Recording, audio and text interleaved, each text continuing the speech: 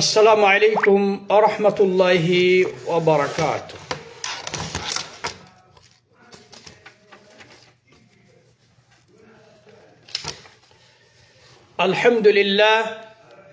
আলহামদুলিল্লাহ মুদাব্বিরিল লায়ালি ওয়াল আইয়াম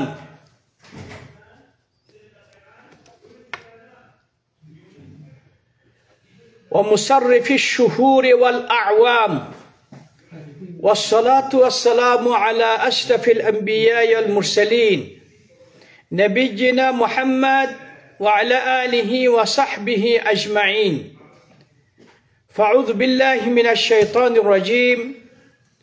شهر رمضان الذي أنزل فيه القرآن هدى للناس وبينات من الهدى والفرقان فمن شهد منكم الشهر فليصم. وقال النبي الأمين صلى الله عليه وسلم من صام رمضان إيمانا واحتسابا غفر له ما تقدم من ذنبه. সুপ্রিয় দিনী ভাই বোনেরা, নিকটে দূরে পৃথিবীর যে প্রান্ত থেকেই এই ইসলামী প্রোগ্রাম উপভোগ করছেন, সকলের প্রতি আন্তরিক শুভেচ্ছা এবং অভিনন্দন রইল। সাথে সাথে সকলের প্রতি বিনীত অনুরোধ, এই জাতীয় ইসলামী প্রোগ্রামগুলো যারা কোরআন এবং সহিহ হাদিস ভিত্তিক আলোচনা করে থাকেন, তাদের আলোচনাগুলো আমরা বন্ধু বান্ধবদের নিকট সাধ্য অনুপাতে শেয়ার করার চেষ্টা করব। আল্লাহ সুবহানাহু ওয়া তাআলা আমাদের সকলকেই ভালো কাজে একে অপরকে সহযোগিতা করার তৌফিক দান করুন। সম্মানিত দিনী ভাই বোনেরা, আজকের আলোচনার বিষয়বস্তু হচ্ছে রমজানের রোজাদারের প্রতি বিশেষ আহ্বান। আমরা জানি মাসগুলোর মধ্যে শ্রেষ্ঠতম মাস হচ্ছে রমজান মাস। এটি হচ্ছে নেকি কামানোর মৌসুম।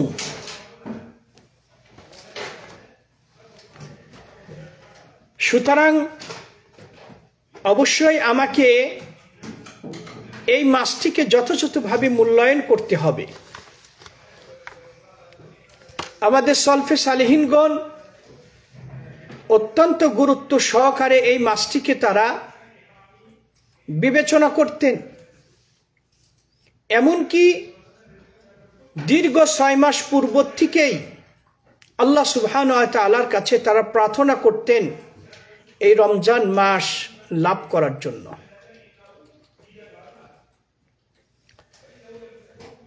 এই পর্বে আমরা 8টি পয়েন্ট উল্লেখ করব, যে ব্যক্তি রমজান মাস পেল তাকে কিভাবে এই মাসটি অতিবাহিত করতে হবে, এই মাসটিকে সে কিভাবে অতিবাহিত করবে, সেই সম্পর্কে ইনশাল্লাহ আমরা ক্রমান্বয়ে 8টি পয়েন্টের আলোকে সংক্ষিপ্ত পরিসরে আলোকপাত করার চেষ্টা পাবো। আমা তৌফিক ইল্লা বিল্লাহ।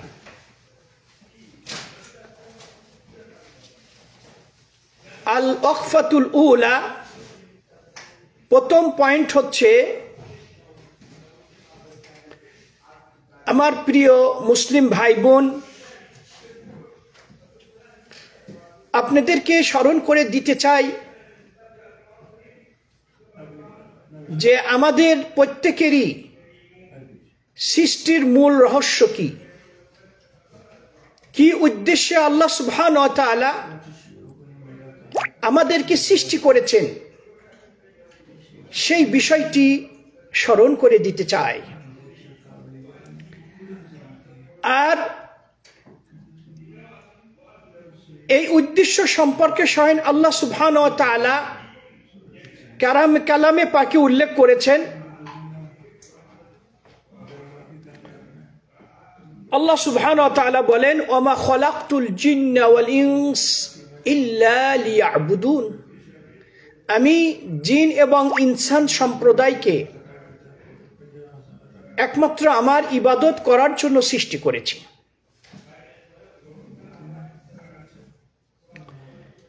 ইমাম নববী রাহিমাহুল্লাহ তিনি বলেন, ওয়াহাদা তাসরিহুন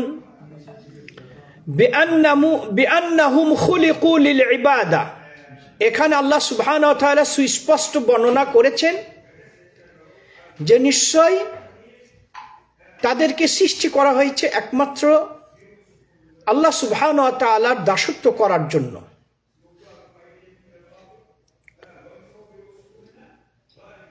ফাহুক্কা আলাইহিম আল-ই'তিনা বিমা খুলিকু লাহ, সুতরাং তাদের উচিত যেই উদ্দেশ্যে তাদেরকে সৃষ্টি করা হয়েছে এই উদ্দেশ্যটাকে বাস্তবায়ন করার ব্যাপারে অবশ্যই তাদেরকে গুরুত্ব আরোপ করা উচিত।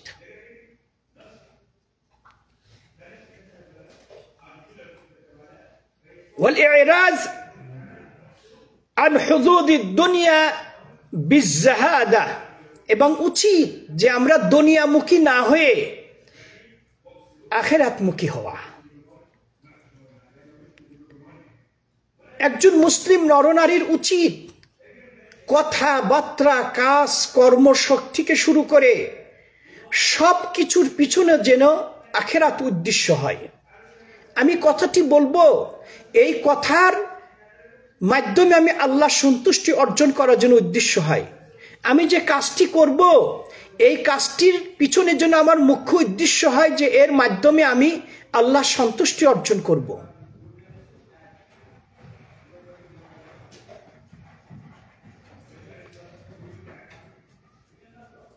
কারণ হচ্ছে নিশ্চয় দুনিয়া ফানিয়া, এই পার্থিব জগৎ এটি হচ্ছে ক্ষণস্থায়ী, এই যে ধ্বংসশীল, এর ধ্বংস অনিবার্য, আর আখিরাতের শুরু আছে শেষ নাই।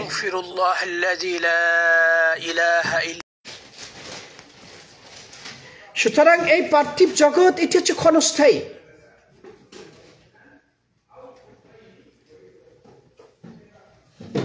আখিরাতের একটি দিন হবে 50,000 বছরের সমান দুনিয়ার থেকে। তাই আমাকে অবশ্যই যেই উদ্দেশ্যে সৃষ্টি করা হয়েছে এই উদ্দেশ্যকে সম্মুখে রেখে আমাকে জীবন চলতে হবে, দিনরাত অতিবাহিত করতে হবে।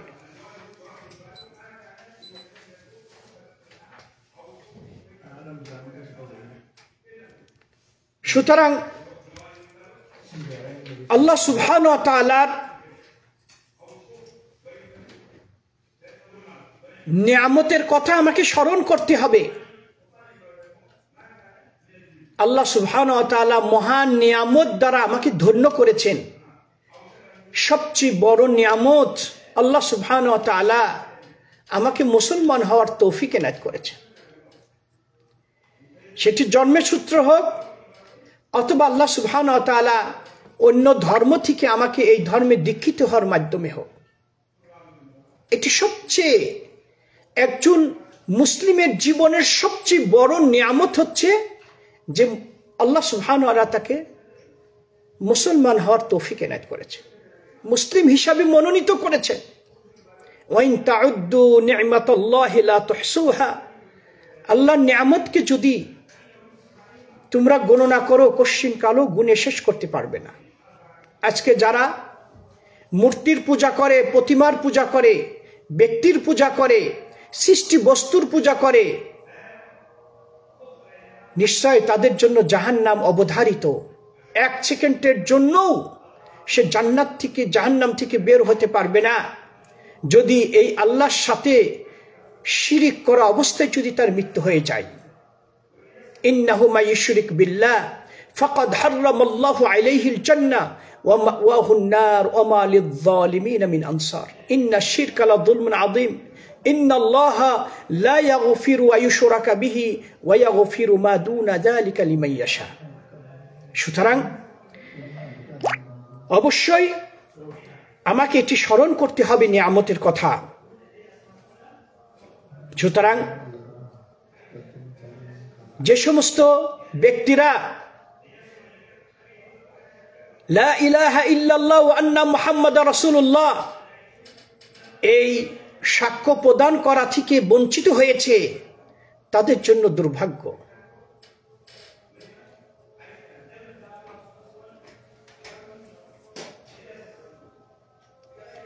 সুতরাং আমাদের উচিত হবে যে আল্লাহ সুবহানাহু ওয়া তাআলা আমাকে যে হেদায়েত দান করেছেন, আল্লাহর মনোনীত ধর্মে দীক্ষিত হওয়ার সেই অনুপাতে চলার যে তৌফিক এনায়েত করেছেন, এই জন্য সার্বক্ষণিক আল্লাহ সুবহানাহু ওয়া তাআলার এই নিয়ামতের শুকরিয়া আদায় করা উচিত।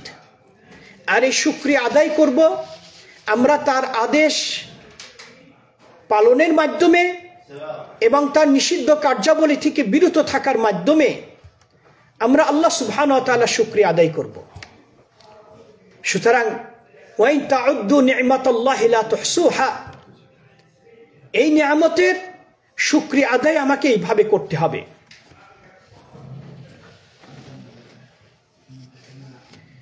এবং আল্লাহ সুবহানাহু ওয়া তাআলা নিয়ামাতুল আমাকে যে নিরাপত্তা দান করেছে, নিয়ামাতুর রিজক আল্লাহ আমাকে রিজিক দান করেছে, নিয়ামাতুল আওলাদ, নিয়ামাতুল যাওজুস সালিহা, এগুলো যে আল্লাহ সুবহানাহু ওয়া তাআলা আমাকে দান করেছেন, এই জন্য এই নিয়ামতের শুকরিয়া অবশ্যই যথাযথভাবে আমাকে আদায় করা উচিত। আর আল্লাহ সুবহানাহু ওয়া তাআলা বলছেন লা ইন শাকারতুম লা আযীদান্নাকুম, যদি তোমরা আমার নিয়ামতের যথাযথভাবে যদি শুকরিয়া আদায় করো, তাহলে আমি সুবহানাহু ওয়া তাআলা এই নিয়ামতের মাত্রাটা আমি তোমাদের জন্য বৃদ্ধি করে দেব। আল ওয়াকফ আসানিয়া, দ্বিতীয় যেটা হচ্ছে পয়েন্ট, সেইটি হচ্ছে এই যে আল্লাহ সুবহানাহু ওয়া তাআলা আমাকে যে হায়াত দান করেছেন, আমার বয়সের অনেকেই মৃত্যুবরণ করেছে, কিন্তু আল্লাহ সুবহানাহু ওয়া তাআলা আমাকে এখনো জীবিত রেখেছেন। সুতরাং জীবিত রেখে আল্লাহ আমাকে তার অধিক ইবাদত করার যে তৌফিক এনায়েত করেছেন, এই জন্য কিন্তু এই সময়টাকে আমাকে মূল্যায়ন করতে হবে, সময়টাকে আমাকে মূল্যায়ন করতে হবে যে আল্লাহ সুবহানাহু ওয়া তাআলা আমাকে জীবিত রেখেছেন। সুতরাং সম্মানিত দ্বীনী ভাই বোনেরা, আমাকে নেক আমল বেশি পরিমাণে করতে হবে, আল্লাহর নৈকট্য লাভে সহায়ক আমলগুলো অধিক পরিমাণে আমাকে সম্পাদন করতে হবে। আমি হায়াত পেলাম আর এই সময়টা অযথা নষ্ট করলাম, আল্লাহর নাফরমানির মাধ্যমে আমি সময় অতিবাহিত করলাম, তাহলে তো চলবে না। সুতরাং আল্লাহ যে আমাকে জীবিত রেখেছেন, এই মৃত্যু আসার পূর্বে এই জীবিত এই সময়টাকে আমাকে মূল্যায়ন করা। আল্লাহ আমাকে সুস্থ রেখেছেন, অসুস্থ পেয়ে বসার পূর্বে আমাকে মূল্যায়ন করা। আল্লাহ আমাকে যতটুকু সচ্ছলতা দান করেছেন, সুতরাং অসচ্ছলতা আমাকে পেয়ে বসার পূর্বে আমাকে এই পিরিয়ডটাকে মূল্যায়ন করা। আল্লাহ আমাকে যে এখনো যৌবন দান করেছেন, এখনো আমি যে বার্ধক্যে উপনীত হই নাই, সুতরাং বার্ধক্যে উপনীত হওয়ার পূর্বেই এই সময়টাকে আমাকে মূল্যায়ন করা। হাদিসে এসেছে রাসূল আকরাম সাল্লাল্লাহু আলাইহি ওয়াসাল্লাম বলেছেন, ইগতানিম খামসান ক্বাবলা খামস, হায়াতুকা ক্বাবলা মাউতিক, ওয়া সিহহাতুকা ক্বাবলা সাকামিক, ওয়া ফারাগুকা ক্বাবলা শুগলিক, ওয়া শাবাবুকা ক্বাবলা হারামিক, ওয়া গিনাকা ক্বাবলা ফাকরিক। রাসূল সাল্লাল্লাহু আলাইহি ওয়াসাল্লাম বলেছেন যে পাঁচটি জিনিস আসার পূর্বেই ওই পাঁচটি জিনিসকে তোমরা যথাযথভাবে মূল্যায়ন করো। নাম্বার 1, মৃত্যু আসার পূর্বে তোমার এই জীবিত থাকাটার এই সময়টাকে তুমি মূল্যায়ন করো, এটি মূল্যায়ন করো। আজকে যারা পরলোক গমন করেছে তাদের আর নেক আমল করার সুযোগ নেই, তারা কিন্তু আফসোস করছে, আল্লাহ দুনিয়াতে যদি আমাদেরকে পুনরায় পাঠানো হতো, তাহলে আমরা সার্বক্ষণিক আল্লাহ আপনার ইবাদতেই নিজেকে নিয়োজিত রাখতাম, আজ তাদের আফসোস, ইয়া লাইতানি কদ্দামতু লিহায়াতি, এইভাবে তারা আফসোস করছে। কিন্তু আল্লাহ এখন আপনাকে জীবিত রেখেছেন, সুতরাং এইটিকে মূল্যায়ন করতে হবে। ওয়াসিহাতুকা ক্বাবলা সাকামিক, অসুস্থ পেয়ে বসার পূর্বে সুস্থতাকে মূল্যায়ন করতে হবে। সুপ্রিয় দিনী ভাই বোনেরা, আজকে আসলে শারীরিকভাবে যারা অসুস্থতা ফিল করছে, বিভিন্ন রোগে আক্রান্ত হয়েছে, তাদেরকে জিজ্ঞাসা করুন যে সুস্থতা কত বড় নিয়ামত, কত বড় হচ্ছে এটি নিয়ামত। আপনি যদি তাকে জিজ্ঞাসা করেন তাহলে কিন্তু আপনি উপলব্ধি করতে পারবেন। আপনি বড় বড় হসপিটালগুলো ভিজিট করুন, ক্লিনিক ভিজিট করুন, সেখানে রোগীরা, কত ক্যাটাগরির রোগীরা অবস্থান করছে, হসপিটালে বেডে কাতরাচ্ছে, মৃত্যুর দিন গুনছে। টাকা পয়সার কোনো অভাব নেই, কিন্তু হায়াত ফুরিয়ে যাচ্ছে। আজকে কত কষ্ট যে তারা অনুভব করছে তারাই বুঝছে। সুতরাং আল্লাহ আপনাকে আমাকে সুস্থ রেখেছেন, এই অসুস্থতা পেয়ে বসার পূর্বে সুস্থতাকে অত্যন্ত মূল্যায়ন করুন, এই পিরিয়ডকে, এই সময়কে। তৃতীয় নম্বর, ফারাগুকা ক্বাবলা শুগলিক, এখন কিছুটা হলো আপনার ব্যস্ততা কম, কিন্তু হয়তো এক সময় অত্যন্ত ব্যস্ততা আপনাকে পেয়ে বসবে। সুতরাং যখনই আমি কিছু সময় পাবো, এই সময়ে আমি আমার জবানে আল্লাহর জিকির জারি রাখবো, সুবহানাল্লাহ, আলহামদুলিল্লাহ, লা ইলাহা ইল্লাল্লাহ, আল্লাহু আকবার। অযথা গল্প গুজব করব না, যেই কথার কোনো অর্থ নাই এই কথা আমি পরিত্যাগ করব।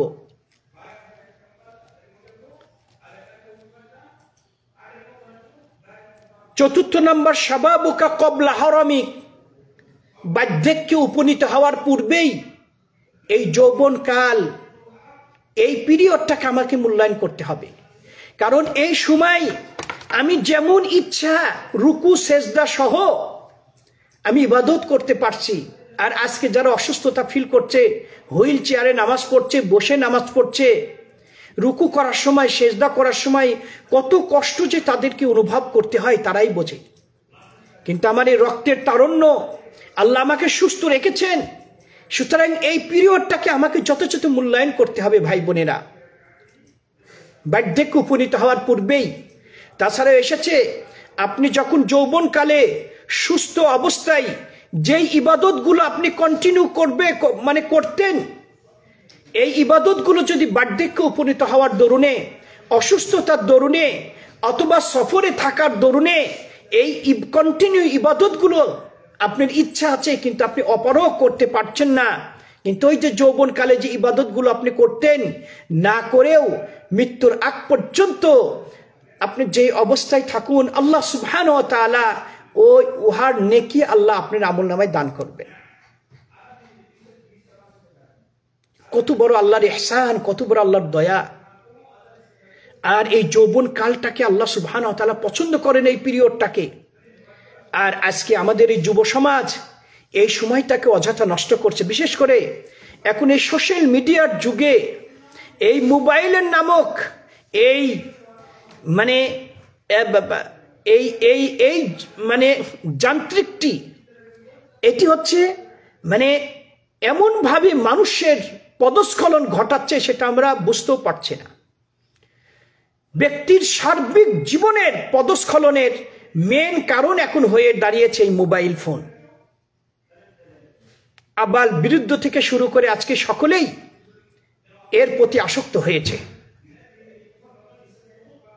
এবং এইটির কারণে স্বামী স্ত্রীর মধ্যে বিচ্ছেদ ঘটছে, সন্তান পিতার মধ্যে দূরত্ব সৃষ্টি হচ্ছে, আজকে সন্তানেরা পিতা মাতার অবাধ্যেই পরিণত হচ্ছে। এর অন্যতম কারণ হিসাবে কিন্তু এই সময়ে আমরা এই মোবাইল ফোনকে কিন্তু দায়ী করতে পারি, মেন কারণ হিসাবে কিন্তু আমরা শনাক্ত করতে পারি। রাসূল সাল্লাল্লাহু আলাইহি ওয়াসাল্লাম অন্য একটি হাদিসে বলেছেন, লান তাজাল قدم ابن آدم حتى يسأل عن أربع عن عمره فيما أفناه وعن شبابه فيما أبلى। চারটি প্রশ্নের অ্যান্সার না দেওয়া পর্যন্ত কিয়ামতের দিন আদম সন্তানের পদযুগের সম্মুখের দিকে অগ্রসর হবে না। একটি প্রশ্ন আল্লাহ করবেন যে আমি তোমাকে যে দীর্ঘ হায়াত দান করেছিলাম 60, 70, 80, 90, 100 বছর, এটি তুমি কোন পথে ব্যয় করেছো? জ্বালাও পোলাও স্লোগান দিয়ে তুমি ব্যয় করেছো? চুরি ডাকাতি করে ব্যয় করেছো? মানুষের প্রতি অন্যায়ভাবে অত্যাচার, জুলুম, নির্যাতনের মাধ্যমে তুমি ব্যয় করেছো? মানুষের অধিকার নষ্ট করার মাধ্যমে ব্যয় করেছো? আজকে হিসাব দাও। নাম্বার 2 কোশ্চেন হচ্ছে ওয়ান শাবাবিহি ফিমা আবলা, বিশেষ করে তুমি যৌবনকালটা কিভাবে ব্যয় করেছো এটার হিসাব দাও। এই প্রথম কোশ্চেনের মধ্যে কিন্তু দ্বিতীয় কোশ্চেনের অ্যান্সার কিন্তু এসে গেছে। কারণ এক ব্যক্তি যখন 60-70 বছর হায়াত পাবে নিশ্চয় তাকে যৌবনকাল অতিবাহিত করতে হয়েছে, কিন্তু যেহেতু ওই যৌবনকালের এই মানে সময়টা অত্যন্ত গুরুত্বপূর্ণ, এই জন্য স্পেশালিস্ট ভাবে আল্লাহ পুনরায় জিজ্ঞাসা করবে যে যাই হোক, যখন তুমি বার্ধক্যে উপনীত হয়েছিলে হয়তোবা মানে তুমি অনেক ইবাদত করতে পারো নাই, অপারগতার দরুনে ছোটকালে তুমি ইবাদত করতে পারো নাই, কিন্তু যেই সময় তোমার রক্তের তারুণ্য ছিল, তুমি সুস্থ ছিলে, এই যৌবনকালের এই পিরিয়ডটা তুমি কোন পথে ব্যয় করেছো আজকে হিসাব দাও। সুতরাং বিষয়টিকে অবশ্যই আমাদের গুরুত্ব সহকারে দেখতে হবে। 5 নম্বর হচ্ছে গিনাকা ক্বাবলা ফাকরিক, দারিদ্রতা পেয়ে বসার পূর্বেই আল্লাহ যে আপনাকে সচ্ছলতা দান করেছেন, এই অবস্থাকে আপনি মূল্যায়ন করুন। হাদিসটি মুস্তাদরাকে হাকিমে বর্ণিত হয়েছে। শেখ নসরুদ্দিন আলবানী জামিউস সহিহ 1077 হাদিসটিকে তিনি সহিহ আখ্যা দিয়েছেন। রাসূল সাল্লাল্লাহু আলাইহি ওয়াসাল্লাম বলেছেন, খায়রুকুম মান তালা উমরুহু হাসুনা আমালুহু। এক ব্যক্তি রাসূল সাল্লাল্লাহু আলাইহি ওয়াসাল্লামকে প্রশ্ন করি, রাসূলুল্লাহ মানুষের মধ্যে উত্তম কোন ব্যক্তি? তখন রাসূল সাল্লাল্লাহু আলাইহি ওয়াসাল্লাম বলছেন যে ওই ব্যক্তি উত্তম যে অনেক বয়স পেল, সাথে সাথে তার আমলটাও সুন্দর হলো। কল ফাইয়ুন নাসে শাররুন, মানুষের মধ্যে সবচেয়ে নিকৃষ্ট কোন ব্যক্তি? রাসূল সাল্লাল্লাহু আলাইহি ওয়াসাল্লাম বললেন মান তালা উমরুহু ওয়া সাআ আমালুহু, যে অনেক হায়াত পেল কিন্তু তার আমলটা অসুন্দর, আমলটা সুন্দর হলো না, সে পাপ কাজেই সময়টাকে অতিবাহিত করলো। খাও দাও ফুর্তি করো, আগামীকাল বাঁচবে কিনা বলতে পারো, এই স্লোগানের সাথেই তাল মিলিয়ে চললো। তিরমিজিতে হাদিসটি বর্ণিত হয়েছে। হাদিসটিকে মানে তিরমিজি রাহিমাহুল্লাহ বলেছেন হাসানুন সহিহ। তৃতীয় আল ওয়াকফাতু সালিসা, তৃতীয় পয়েন্ট হচ্ছে ইয়াজিবুল ইখলাস ফিন নিয়াহ, আমাকে উচিত যে আমার নিয়তটাকে সংশোধন করা। প্রতিটি আমলের ক্ষেত্রে যেন লৌকিকতা না থাকে, একমাত্র আল্লাহর সন্তুষ্টির জন্য নিহত থাকে, এটি আমাকে লক্ষ্য করতে হবে। ভাইরা আমার, এই স্বচ্ছ নিয়তের যে এতই গুরুত্ব যেটা বলার মতন নয়, এবং আমল কবুলের মেন পয়েন্ট হচ্ছে এই ইখলাস ফিল আমাল, একমাত্র আল্লাহর সন্তুষ্টির জন্য আমল করা। মানুষ দেখানোর জন্য আমল আমি করব না, আমল অল্প হোক কিন্তু যদি ইখলাসপূর্ণ আমল হয়, তাহলে এই ইখলাসপূর্ণ আমলটি হয়তোবা এমন ছোট্ট আমলে আল্লাহ খুশি হয়ে আল্লাহ আমাকে মাফ করে দিতে পারেন। এই সম্পর্কে অনেক মানে দৃষ্টান্ত রয়েছে হাদিস এবং কোরআনে। সুতরাং আমাকে অবশ্যই মানে এই রোজা রাখার ক্ষেত্রে অবশ্যই আমাকে ইখলাসের সাথে রোজা রাখতে হবে, মানুষ দেখানোর জন্য উদ্দেশ্য না থাকে। মান সামা রমাদান ঈমানা ওয়া ইহতিসাবা গুফিরা লাহু মা তাকাদ্দামা মিন যামবি, এখানে কিন্তু এদিকে ইঙ্গিত করা হয়েছে একমাত্র আল্লাহর প্রতি ঈমান রেখে নেকির উদ্দেশ্যে যে ব্যক্তি রোজা রাখবে এর বিনিময়ে আল্লাহ সুবহানাহু ওয়া তাআলা তার গুনাহ খাতা মাফ করবেন। অনেক সালফে সালেহিনদের জীবনী থেকে জানা যাচ্ছে যে বাসায় থেকে তারা খাবার কিছু নিয়ে বের হতেন, ফ্যামিলি মেম্বারদেরকে জানতে দিতেন না যে তিনি রোজা আছে। অথচ তিনি হচ্ছে রোজা আছেন, খাবারটা নিয়ে অন্য ফকির মিসকিনকে তারা দান করতেন, ফ্যামিলি মেম্বারদেরকে বুঝতে দিতেন না। এইভাবে মানে আমাকে উচিত যে ইখলাসের সাথে আমল করা। আল্লাহ সুবহানাহু ওয়া তাআলা বলেছেন, ইন্নামা ইয়াতাকাব্বালুল্লাহু মিনাল মুত্তাকিন। আমার বাহ্যিক মানে আমলের থেকে ভিতরের আমলটাকে আমাকে কিন্তু বেশি গুরুত্ব দিতে হবে। এই ভিতরটাকে বেশি আমাকে স্বচ্ছ রাখতে হবে।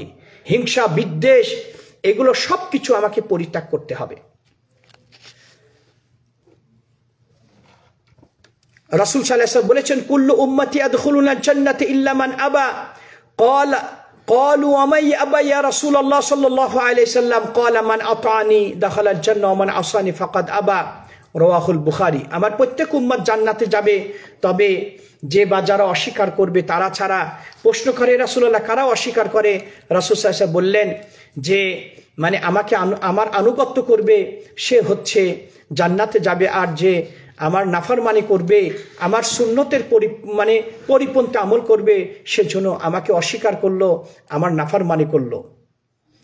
আল ওয়াকফা আর রাবিয়া, চতুর্থ পয়েন্ট হচ্ছে এই যে আউবিদ নাফসাকা আলা যিকরিল্লাহ ফি কুল্লি হিন।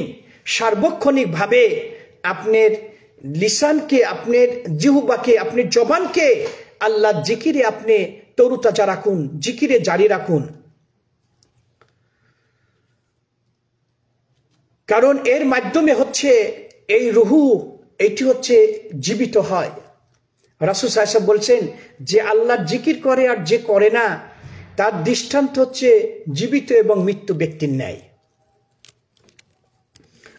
আল্লাহকে যারা বেশি জিকির করে, স্মরণ করে, আল্লাহ সুবহানাহু ওয়া তাআলা তাদের প্রশংসা করেছেন, ইয়া আইয়ুহাল্লাযীনা আমানু যিকুরুল্লাহা যিকরান কাসীরা ওয়া সাব্বিহুহু বুকরাতাও ওয়া আসীলা। হে ইমানদার সম্প্রদায়, তোমরা আল্লাহকে বেশি পরিমাণে স্মরণ করো এবং সকাল বিকাল বেশি করে আল্লাহর পবিত্রতা বর্ণনা করো। ওয়াজ্জাকিরিন আল্লাহ কাসীরা ওয়াজ্জাকিরাত আ'আদ্দাল্লাহু লাহুম মাগফিরাতাও ওয়া আজরান আযীমা। পুরুষ মহিলা যারা আল্লাহকে বেশি পরিমাণে স্মরণ করে, আল্লাহ সুবহানাহু ওয়া তাআলা তাদের জন্য তার ক্ষমা নির্ধারণ করে রেখেছেন এবং মহা পুরস্কার তথা জান্নাত নির্ধারণ করে রেখেছেন। আয়েশা সিদ্দিকা রাদিয়াল্লাহু তাআলা আনহা বলেন, কানা রাসূলুল্লাহ সাল্লাল্লাহু আলাইহি ওয়াসাল্লাম ইয়াযকুরুল্লাহ আলা কুল্লি আহইয়ানিহি। রাসূল আকরাম সাল্লাল্লাহু আলাইহি ওয়াসাল্লাম সব সময় তিনি হচ্ছে আল্লাহর জিকির করতেন। মুসলিম শরীফে হাদিসটি বর্ণিত হয়েছে।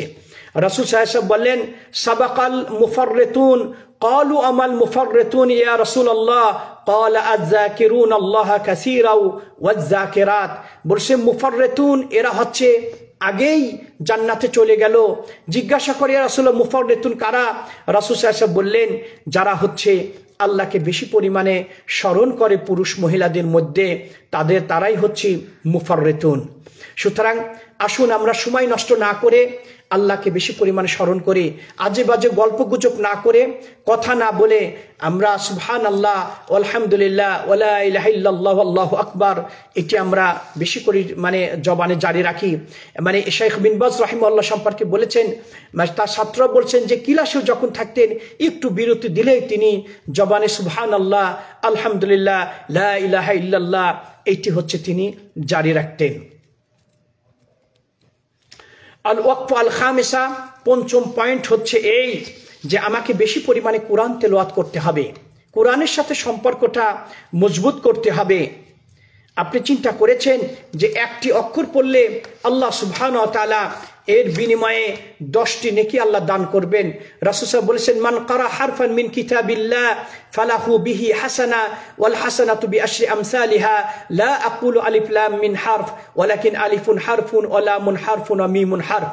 সুতরাং এক একটি অক্ষর পড়লে 10টি নেকি। আর রমজান যেহেতু কোরআনের মাস, শাহরু রমাদান আল্লাযী উনজিলা ফীহিল কুরআন হুদাল লিন-নাসি ওয়া বায়্যিনাতিন মিনাল হুদা ওয়াল ফুরকান। সুতরাং এই মাসে আমাকে বেশি পরিমাণে কোরআন পড়তে হবে। বলা হয় ইমাম শাফি রাহিমাহুল্লাহ তিনি হচ্ছে এই 60টি খতম দিয়েছেন। ইমাম আবু হানিফা সম্পর্কে এমনটি কথা এসেছে। আব্দুল্লাহ বিন আব্বাস রাদিয়াল্লাহু তাআলা আনহুমা বলেন যে রমজান মাসে প্রত্যেক রাত্রে জিবরিল আমিন রাসূলের সঙ্গে সাক্ষাৎ করতেন, আর জিবরিল আমিনের কাছে রাসূল সাল্লাল্লাহু আলাইহি সাল্লাম তিনি হচ্ছে কোরআন শোনাইতেন। সুফিয়ান সাউরি রাহিমাহুল্লাহ যখন রমজান প্রবেশ করতেন তখন সমস্ত ইবাদত ছেড়ে দিয়ে তিনি আকবাল আলা তিলাওয়াতুল কোরআন, কোরআনের প্রতি তিনি মনোনিবেশ করতেন। আমাদের কোন কোন সালফে সালেহিন প্রত্যেক 3 রাত্রে অন্তর অন্তর একটি খতম দিতেন, কেউ 7 রাত্র অন্তর অন্তর একটি খতম দিয়েছেন, কেউ 10 রাত্র অন্তর অন্তর একটি খতম দিয়েছেন, কেউ রমজানের শেষের দশকে প্রত্যেক রাত্রে একটি তারা খতম কোরআন খতম করেছেন। বলা হয় থাকে উসমান বিন আফফান রাদিয়াল্লাহু তাআলা আনহুমা রমজান মাসের দিনে এবং রাত্রে তিনি মোট টোটাল অর্থাৎ প্রত্যেক দিনে রাত্রে তিনি 2টি খতম দিয়েছেন, 24 ঘন্টার মধ্যে 2টি খতম দিয়েছেন। তামিমুদ্দার রাদিয়াল্লাহু আনহুমাও তিনি 2টা খতম দিয়েছেন। সাঈদ ইবনে জুবাইর, মুজাহিদ, শাফি এবং অন্য সালফে সালিহিনগণ তারা প্রত্যেক দিন তারা 2টো খতম দিয়েছেন, অর্থাৎ রমজান মাসে তাদের 60টি খতম ছিল, তারা 60টি খতম করেছেন। এই জন্য কোরআনের সাথে আমাকে সম্পর্ক মজবুত করতে হবে। পঞ্চম পয়েন্ট এই যে আমাকে রমাদান ফুরসাতুন, এটি একটা সুবর্ণ সুযোগ, এই আদ-দাওয়া ইলাল্লাহ, আল্লাহর পথে মানুষকে আহ্বান করা। সুতরাং এই ক্ষেত্রে অবশ্যই আমাদের আত্মীয় স্বজন, বন্ধু বান্ধব এদেরকে আমরা এই আল্লাহর পথে আহ্বান করব, কারণ স্বভাবতই এই মাসে মানুষের দিলটা নরম থাকে। এই জন্য এটি একটা সুযোগ। ফাওয়াল্লাহি লা ইয়াহদি আল্লাহ বিকা রাজুলান ওয়াহিদা খায়রুল লাকা মিন হুমরিন নাম। হে আলী, তোমার দ্বারা যদি একটা লোক হেদায়েত পায়, তাহলে এই লোকের হেদায়েত পাওয়াটা তোমার অনেক লাল উটনির থেকে উত্তম। মান দাল্লা আলা খায়রিন ফালাহু আজরু মিসলি ফাইলি, যে কাউকে একটা ভালো কথা বাতলে দিবে, যে বা যত লোক এটা অনুসরণ করবে সেইটা সমপরিমাণ নেকি পাবে। বাল্লিগু আন্নি ওয়ালাউ আয়া, একটা আয়াত হাদিস জানা থাকলে সেটি পৌঁছে দিতে হবে। সুতরাং আমরা লিফলেট, বিভিন্ন রোজার হুকুম আহকাম সহ আকীদা সংক্রান্ত এই লিফলেটগুলো, ছোট ছোট পুস্তিকাগুলো মানুষের কাছে বিতরণ করব এবং আমরা বিভিন্ন ফেসবুকে ছোট ছোট বক্তব্যগুলো মানুষকে শোনাবো। 6 নম্বর এই যে আমরা খারাপ মানুষের সঙ্গ দিব না, যারা সময়কে মূল্যায়ন করে না তাদেরকে আমরা অ্যাভয়েড করে চলবো। 8 নম্বর এই যে আমাকে উচিত হবে, ভাইরা আমার, আমাকে সব সময় ভালো কাজের প্রতি আমাকে অগ্রগণ্য হতে হবে, অগ্রগামী ভূমিকা পালন করতে হবে। যখনই আমি ভালো কাজের সন্ধান পাবো, প্রতিযোগিতামূলক এই ভালো কাজ করার জন্য আমরা চেষ্টা করব। আল্লাহ রাব্বুল আলামিন আমাদের সকলকেই বেশি পরিমাণে ভালো কাজ করার তৌফিক দান করুন। আল্লাহুম্মা তাকাব্বাল সিয়ামানা ওয়া কিয়ামানা وتجاوز عني تقصيرنا واغفر لنا ما قدمنا وما أخرنا إنك أنت الغفور الرحيم. هذا والله أعلم، وصلى الله على نبينا محمد وعلى آله وصحبه أجمعين، والسلام عليكم ورحمة الله وبركاته.